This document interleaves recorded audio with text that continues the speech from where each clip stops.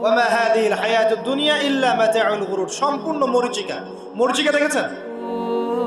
দুনিয়ার জীবন যে কি জিনিস, যারা আল্লাহর পথে পরীক্ষার সম্মুখীন হয়েছে ওরা জানে। মানে কিচ্ছু না, মানে মুহূর্তে আল্লাহ পাক ইহকাল পরকালের ফয়সালা করে ফেলবে। আমরাও বুঝবো, এটা আমরা বুঝবো না এমন নয়। ইয়াং ছেলে রাস্তায় যাচ্ছে, বাইক নিয়ে খুব দাবরানি দিচ্ছে, আছে না? হঠাৎ অ্যাক্সিডেন্ট, ডেড, স্পট ডেড। এটা দুনিয়ার জীবনটা। সারা জীবন দুনিয়ার পিছনে ছুটেছে, শেষ বয়সে হতাশ, কিছুই পেলাম না। পাবে না, কারণ আল্লাহর পথে না চললে শেষ বয়সে গিয়েও কিছু পাবেন না। যন্ত্রণা, হতাশা, গ্লানি ছাড়া। তখন দেখবেন আত্মহত্যা করে শেষ, ডেড। দেখবেন অনেক প্রতাপশালী বাচ্চা বড় বড় লেকচার দিচ্ছে, হঠাৎ রাস্তায় হাঁটতে হাঁটতে ডেড।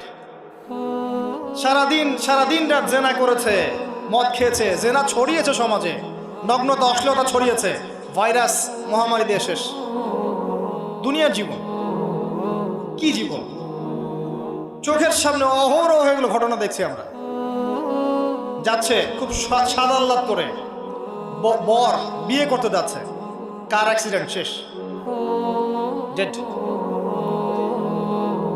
কিছু সাহাবী তো এমনও ছিলেন, বদরের যুদ্ধ করতে এসেছেন, হাতের মধ্যে কিছু খেজুর আছে, খেজুর খাচ্ছেন, খোরমা খেজুর খাচ্ছেন।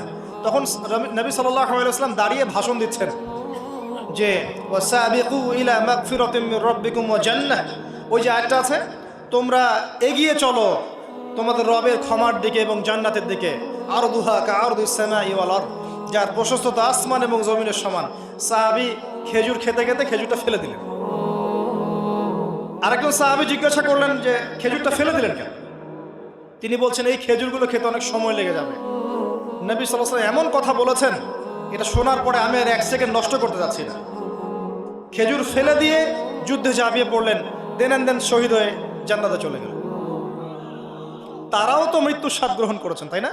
সুমাইয়া রাদিয়াল্লাহু আনহা, আবু জাহেল তাকে নির্যাতন করছে, তার লজ্জাস্থানে বর্ষা ঢুকিয়ে দিয়ে, চিন্তা করতে পারেন, লজ্জাস্থানে বর্ষা নিক্ষেপ করে হত্যা করল। সুমাইয়া রাদিয়াল্লাহু আনহা দেখতে কালো বর্ণের, চেহারা সুন্দর নয়, হয়তোবা আপনার মতো সুন্দর